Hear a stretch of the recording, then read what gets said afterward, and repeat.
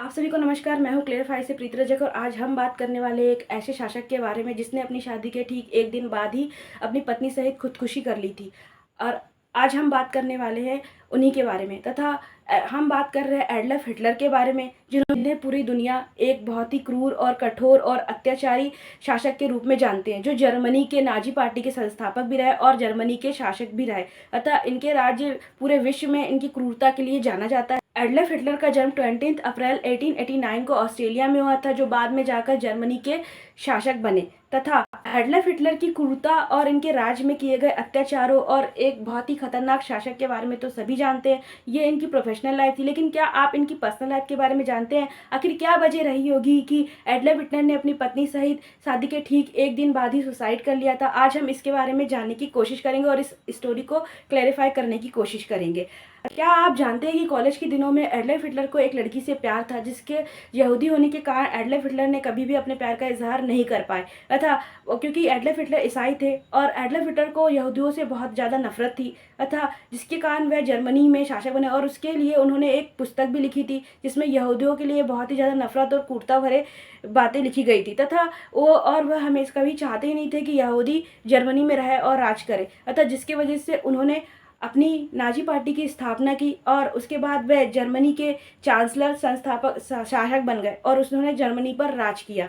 अतः ठीक 30 अप्रैल 1945 को हिटलर ने सुसाइड कर लिया था। उसके ठीक एक दिन पहले 29 अप्रैल 1945 को हिटलर ने अपने तहखाने में, जो उसने दुश्मन सैनिकों से बचने के लिए बनाया था, वहाँ पे उन्होंने अपनी गर्लफ्रेंड से शादी की थी। अब उनकी गर्लफ्रेंड के बारे में बात करते हैं। उनकी गर्लफ्रेंड का नाम था ब्राउनी ईवा, जिनका जन्म 1912 में हुआ था तथा ऐसा माना जाता है कि प्रथम युद्ध के बाद ईवा के पेरेंट्स ने तलाक ले लिया था और उसके बाद उन्होंने दूसरी शादी कर ली। अतः 17 साल की उम्र में ईवा मिमाक आ गई थी तथा वहाँ पे उन्होंने नाजी पार्टी के फोटोग्राफर हेनरी हैंडमेक के स्टूडियो में नौकरी कर दी थी और वहीं पे ईवा की दोस्ती एडल्फ हिटलर से हुई थी तथा कुछ समय में ईवा मॉडलिंग भी किया करती थी। तथा जब माना जाता है जब ईवा हिटलर से मिली तो ईवा 17 साल की थी और हिटलर 40 साल के थे। अतः हिटलर को ईवा से पहली नज़र में ही प्यार हो गया था, लेकिन उन्होंने कभी भी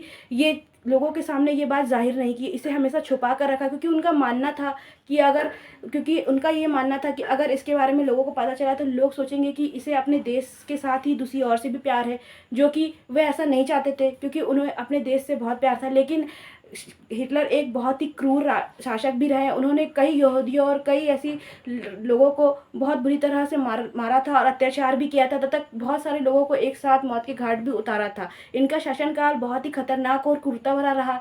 अतः जब हिटलर को लगा कि वे हारने वाले हैं, अतः अब नहीं बचेंगे और वह दुश्मन सैनिकों के हाथों से मरना नहीं चाहते थे, तो उन्होंने डिसाइड किया कि वह सुसाइड कर लेंगे।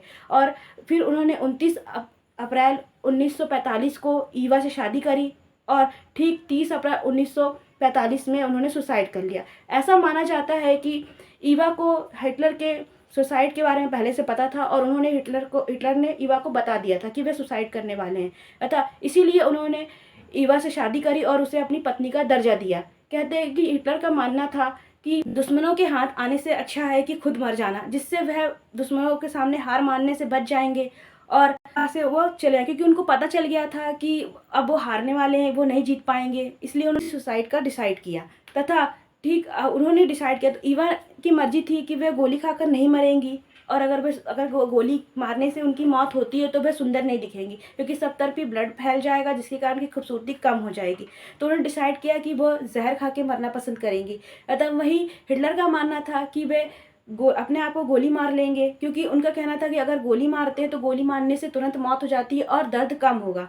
अतः उन्होंने डिसाइड किया। उसके बाद उन्होंने 29 अप्रैल 1945 को ईवा से शादी की और उसके बाद उन्होंने पार्टी भी दी, उससे जश्न भी बनाया। उसके बाद उन्होंने दूसरे दिन 30 अप्रैल 1945 में सुसाइड कर लिया। सुसाइड करने के पहले उन्होंने साइनाइड की गोलियां अपने कुत्ते को खिला के चेक किया कि कहीं ये काम कर रही है कि नहीं कर रही। अगर ये काम नहीं करेगी तो कहीं जान बच ना जाए, तो उसके लिए उन्होंने अपने कुत्ते को, जिससे वो बहुत ज़्यादा प्यार करते थे, उससे वो टैबलेट खिला दी तथा कुत्ता मर गया। उसके बाद वो साइनाइड उन्होंने अपने उसके कुत्ते के बच्चों को भी वो साइनाइड की गोलियां खिलाई, जिससे वो कुत्ते भी पिल्ले भी मर गए। और उसके बाद उन्होंने उन कुत्ते के बच्चों को और कुत्ते को उस गार्डन में दफना दिया जहाँ वह उन कुत्तों के साथ खेला करते थे।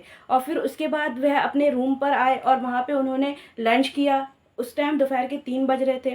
3 बजे के बाद वह अपने कमरे पे ईवा के साथ गए और वो साथ में अपने 2 साइनाइड की गोली और 2 पिस्तौल भी लेके गए। अतः उनका मानना था कि अगर एक पिस्तौल से गोली नहीं चली तो वह दूसरी पिस्तौल से अपने आप को गोली मार लेंगे, और अगर एक साइनाइड की टेबलेट से काम नहीं हुआ तो वह दूसरी साइनाइड की टेबलेट खा के ईवा मर जाएगी। तो वह दोनों चले गए। उसके कुछ समय बाद कमरे में से गोली चलने की आवाज़ आती है। ऐसा माना जाता है कि स्टाफ को हिटलर की सुसाइड के बारे में पहले से पता था और उन्होंने स्टाफ को सुसाइड के बारे में पहले से ही बता दिया था। अतः इसके बाद जब कमरे से गोली चलने की आवाज़ आती है तो उसके बाद थोड़ी देर बाद तो वह उनका स्टाफ रुकता है और उसके कुछ समय बाद वे जाके रूम का दरवाज़ा खोलते हैं। जब वे रूम का दरवाज़ा खोलते हैं तो वह देखते हैं कि रूम के अंदर पूरा खून फैला हुआ है, वहाँ हिटलर की बॉडी पड़ी हुई है और साइड में ईवा भी पड़ी हुई है तथा डेथ पड़ी हुई है। तो वो चेक करते हैं तो बोले दोनों जन मर चुके होते हैं। फिर उसके बाद वह उन्हें उठाकर बाहर शव को लेकर आते हैं। हिटलर की इच्छा थी, उनने अपने स्टाफ को पहले से ही बता दिया था कि अगर जब मैं मर जाऊं तो मेरी बॉडी को दफनाना मत बल्कि जलाना, क्योंकि उनका मानना था कि अगर उनकी बॉडी दुश्मनों के हाथ लग गई तो वह कब्र से उनकी बॉडी को भी निकाल लेंगे और उस पर अपना गुस्सा निकालेंगे। इसलिए उन्होंने अपने स्टाफ को अपनी बॉडी को जलाने का आदेश दिया। वैसे हिटलर ईसाई थे, ईसाई धर्म में तो बॉडी को दफनाया जाता है, लेकिन फिर भी हिटलर ने अपनी बॉडी को जलाने का आदेश दिया। अतः उनके स्टाफ ने वैसे ही किया, उनकी बॉडी को उठाकर लाए और बाहर लाकर उनकी बॉडी को जला दिया गया। जब वह बॉडी ईवा और हिटलर की बॉडी जल गई तो उसके बाद उसकी राख को उठाकर उसी जगह पर ले जाया गया जहां उनके कुत्ते गार्डन में दफन थे, और उनकी बॉडी की राख को उस कुत्ते की बॉडी के ऊपर जहां उनकी बॉडी दफन थी वहां पर डाल दिया गया।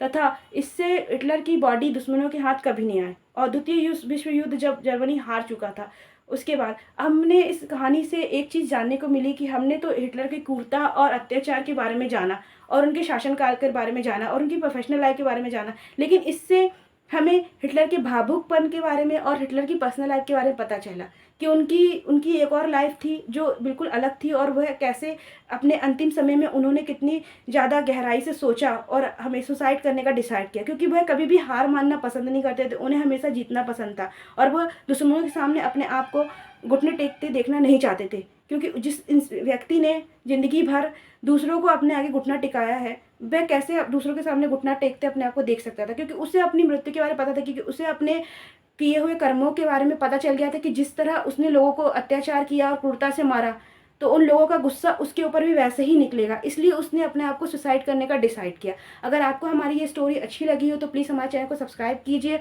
और आगे भी हम आपके लिए और अच्छी अच्छी स्टोरियाँ करते रहेंगे। और अगर प्लीज़ अब तक के लिए जय हिंद, जय भारत।